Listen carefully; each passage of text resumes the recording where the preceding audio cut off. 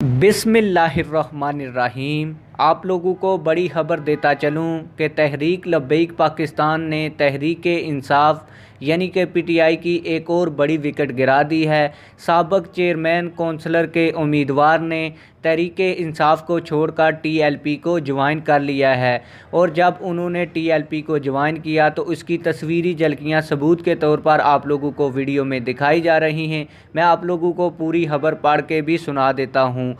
UC चक शहजाद 22 चट्ठा बख्तावर की मारूफ समाजी और सियासी शख्सियत, हाजी बरखुरदार चट्ठा मरहूम के बेटे और साबिक़ उम्मीदवार बराए किसान कौंसलर हाफिज़ आसफ़ चट्ठा के वालिद हाजी मुनीर हुसैन चट्ठा की अपनी बरादरी समेत तहरीक लब्बैक पाकिस्तान में शमूलियत और अपनी ज़ाती बिल्डिंग में यूसी चक शहजाद 22 के ऑफ़िस का भी इफ्तिताह किया और तहरीक लब्बैक पाकिस्तान का ऑफ़िस उन्होंने घर में बनाने का ऐलान किया।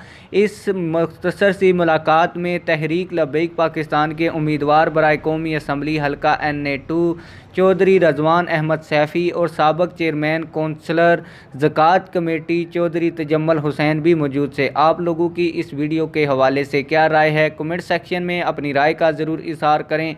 मिलते हैं किसी और वीडियो में। अल्लाह हाफ़िज़।